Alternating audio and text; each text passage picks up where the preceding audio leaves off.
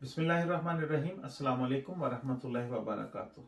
Thank you very much उन सब viewers का, सब पुराने व्यूअर्स का, दोस्तों का, जिन्होंने बहुत एक हार्ट वार्मिंग मैसेजेस किए हैं मुझे। काफ़ी देर के बाद मैंने वीडियो अपलोड की थी। फिलहाल आज की वीडियो में हम बात करने जा रहे हैं, एक बंदा स्पेन में, इटली में, पुर्तगाल में रहते हुए 2200 यूरो कमा रहा है। अकेला है। क्या उसके लिए ये अच्छा है कि वो जर्मनी में आ जाए? क्या जर्मनी में चांसेस ज्यादा हैं? क्यों हर बंदा पासपोर्ट लेने के बाद जर्मनी में आना चाहता है? या लॉन्ग टर्म जो कार्ड है रेजिडेंस यूरोपियन, वो लेने के बाद भी आप जर्मनी में आके मूव होके वो कार्ड चेंज करवा सकते हैं। जर्मनी में अब 2000 यूरो कमाने वाला बंदा 1000 यूरो नहीं बचा सकता। उसकी मेन वजह यह है कि यहाँ पे फॉर एग्जाम्पल एक छोटा सा काम मैं आपको बताता हूँ। सबसे पहला काम, अगर आपका कोई भी रेफरेंस नहीं है, आप किसी बंदे को जानते नहीं है, अकेले बंदे की बात कर रहा हूं, किसी बंदे को जानते नहीं है, आपने जर्मनी में आना है, आपने सबसे पहले काम ढूंढना है। तो मैं पहले भी अक्सर वीडियोस में कह चुका हूं कि वो आपको अमेजोन का, फेडेक्स का, डीएचएल का, डिलीवरी का, डॉइचे पोस्ट का, इस तरह का काम मिलेगा। उनके अंदर जो सैलरी है वो 2200-2500 यूरो ब्रूटो तक सैलरी होती है। अब 2500 यूरो ब्रूटो अगर सैलरी हो तो 1700 यूरो बचने हैं। नेटो जो सैलरी आपके अकाउंट में आएगी, अपने आपके मेडिकल के चार्जेस वार्जेस, आपका इनकम टैक्स, आपकी हर चीज कट के आपको 1700-1800 यूरो मिलेगी। उसके बाद आपने पार्ट टाइम जॉब करनी है। पार्ट टाइम जॉब आप जॉब करेंगे तो अगर तो आप ब्लैक में कर रहे हैं वो तो इलीगल है, लेकिन अगर फिर भी कर रहे हैं तो वही पैसे बचने हैं जो आपने यहाँ पे श्वार्ज़ार्बेट कहते हैं। लेकिन अगर आप लॉन्ग टर्म यूई कार्ड पे आए हैं तो वो भी आपके लिए मुश्किल होगा। महीना करेंगे, 2 करेंगे, 3 करेंगे, 4 करेंगे, कभी ना कभी किसी शिकंजे में आ जाएंगे। और जर्मनी वो मुल्क है कि एक दफा भी आपका नाम किसी भी फिनेंसम, यहाँ के जो टैक्स सिस्टम है उसमें आ गया, फिर वो आपकी जान नहीं छोड़ते। और लेकिन अगर लीगल काम करेंगे, आप 1000 यूरो का काम करेंगे, मिनी जॉब जो है यहाँ पे पार्ट टाइम जॉब जिसे कहते हैं, अगर आप कहीं पे काम करके 520 यूरो ले रहे हैं, फिर आपका कोई टैक्स नहीं उसके ऊपर से कटेगा। बहुत से दोस्त मैं जानता हूं जो मिनी जॉब की पहले टाइम पे कोई और काम करते हैं 8 घंटे का, बाद में 4 आवर की छोटी जॉब, मिनी जॉब जिसे कहते हैं, 520 यूरो आपको सैलरी मिलेगी, उसमें आपको 520 के 520 ही मिलेंगे। इस तरह करके आपके चले 2400-2500 यूरो बन जाएगा। खर्चा आपका अगर आप किसी के साथ शेयर कर रहे हैं। मैं जब अभी दोबारा से वापस आया हूँ अगस्त में, तो मैंने एक भाई से कमरा लिया था। उसके अंदर अनमेल्डिंग जिसे आप पदरून कहते हैं उसकी भी रजिस्ट्रेशन थी, और मैं 540 यूरो दे रहा था। बिजली का बिल हर चीज उसमें ऐड था। अब 540 यूरो दे के तो 500-600 यूरो तो मेरा खाने पीने का खर्चा भी आएगा मिनिमम। 1000-1200 यूरो तो आपका महीने का खर्चा आ जाएगा। बाकी जितने पैसे हैं वो आप यही समझ लें कि बचत है।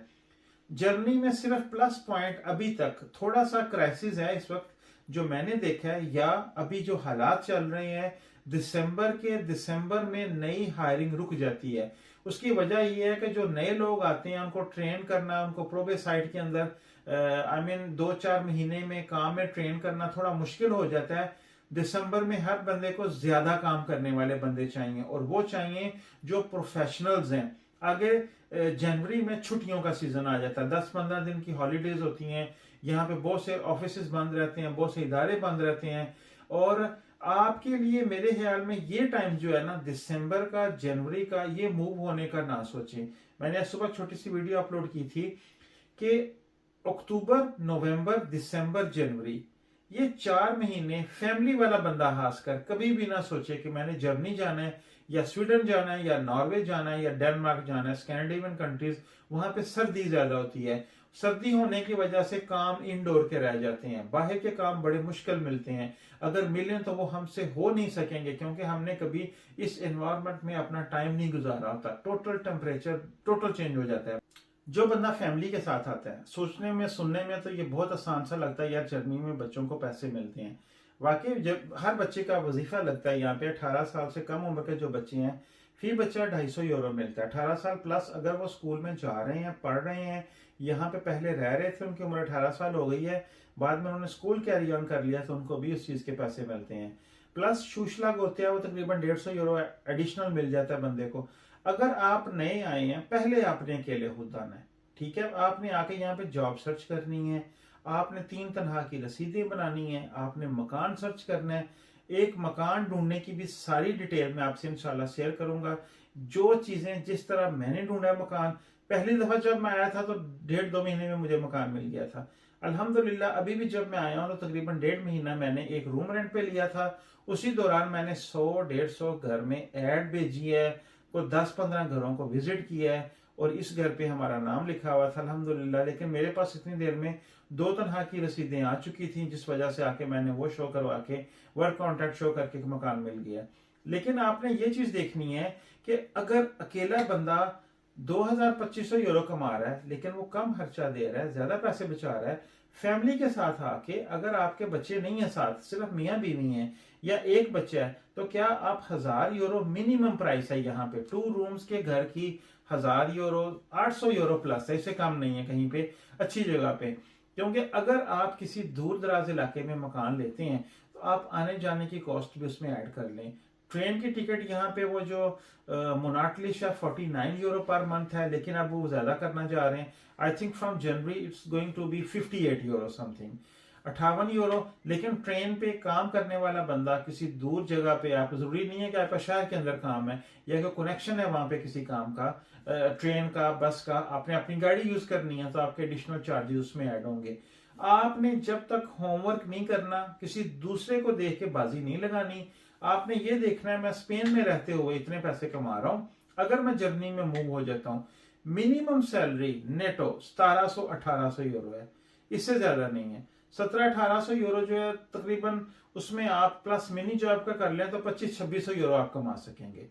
इससे ज्यादा बहुत मुश्किल हो जाता है स्टार्ट पे कमाना। साल, 1.5-2 साल जब गुजर जाएंगे फिर आपको सारे रास्तों का पता चल जाएगा।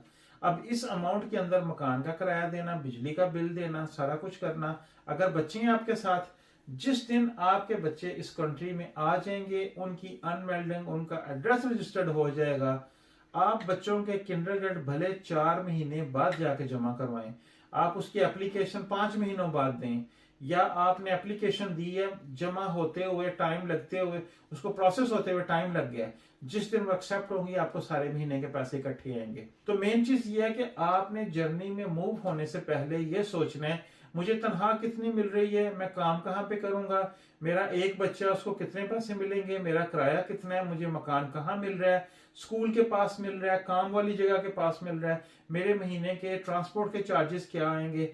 अगर होमवर्क नहीं करेंगे यहाँ पे आके रहना मुश्किल हो जाएगा। इतना आसान नहीं है कि आप एक जगह पे 15 साल, 10 साल, 20 साल रह रहे हैं, आप वो लैंग्वेज सीखते हैं, आप वो सारा कुछ जानते हैं, दोबारा से यहाँ पे मूव होना 400-500 यूरो के लिए मूव होना मेरे ख्याल में ये कोई अच्छा डिसीजन नहीं है।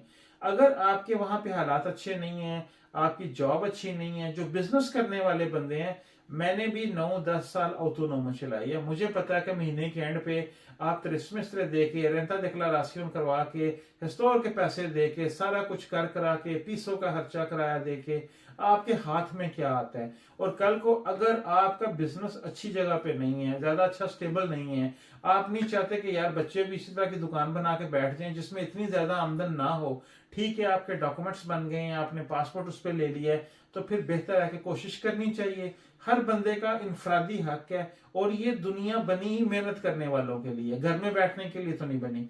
तो कोशिश करें, करनी चाहिए, अपना होमवर्क पहले करना जरूरी है।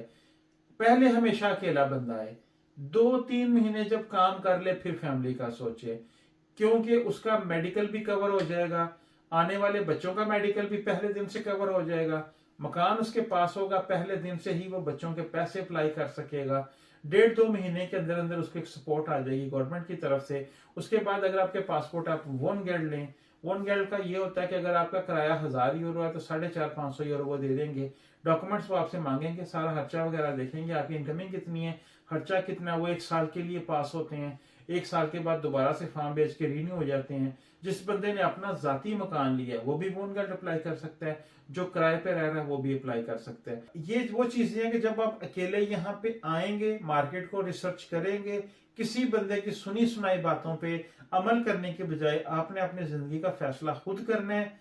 रिसर्च करें बहुत ज्यादा, आजकल यूट्यूब का दौर है, खुद आए, पहले हफ्ता 2 हफ्ते रहें और किसी ऐसी जगह पे रहें जहां पे पाकिस्तानी बंदों का डेरा है, अकेले कोई होटल रह के ना। मैं जो 1.5 महीना रहा हूं, भी दोबारा से आके हमारे पास 20-25 लड़के हम रहते थे।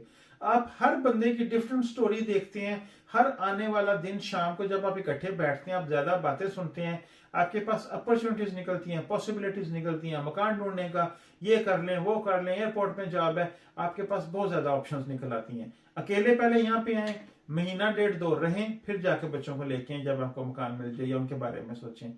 मुझे दुआ में याद रखिएगा। मैं आपको मिलूंगा अगली वीडियो में, बहुत से मुल्कों का कंपैरिजन करेंगे। पासपोर्ट मिलने के बाद मैंने एक दफा सोचा था मैं कनाडा चला जाऊं, क्योंकि मुझे इंग्लिश में कोई प्रॉब्लम नहीं है, स्पेनिश हम वैसे ही बोलते हैं, अब तो जर्मन भी आने लग पड़ी है, लेकिन थोड़ा सा उस लेवल पे हाईली क्वालिफाइड मैं नहीं हूं जो डिग्रीज काउंट होती हैं आजकल के दौर में। उस वजह से आके कुछ दोस्त वहां पे गए, मैं अभी तक नहीं गया, लेकिन इंशाल्लाह मेरा दिल कर रहा है फैमिली को लेके अमेरिका कनाडा में अब जाएं, क्योंकि अब तो पासपोर्ट पे एंट्रीज हैं। और इस बारे में भी आपसे बात करूंगा, आपसे कमेंट्स भी लूंगा, जो वहां पे दोस्त मूव हो चुके हैं उनसे भी हम बात करेंगे। प्लीज, ये एक चैनल होता है किसी भी बंदे का, अगर आप वहां पे रह रहे हैं, आप इन मुल्कों से गए हैं, कमेंट सेक्शन में जरूर बताया कीजिए पॉजिटिव क्या है नेगेटिव क्या है, ताकि किसी बंदे का भला हो सके। यही मेन काम है हमारा, कि आप एक चीज से गुजरे हैं, आपको उसका बेस्ट पता है, तो आप कोई ऐसी चीज, ऐसी इंफॉर्मेशन, ऐसी सजेशन दें कि यार जिस तकलीफ से, जिस प्रॉब्लम से आप गुजरे हैं, अगला बंदा नहीं गुजरे। अल्लाह हाफिज। मेरे चैनल को सब्सक्राइब जरूर कीजिएगा।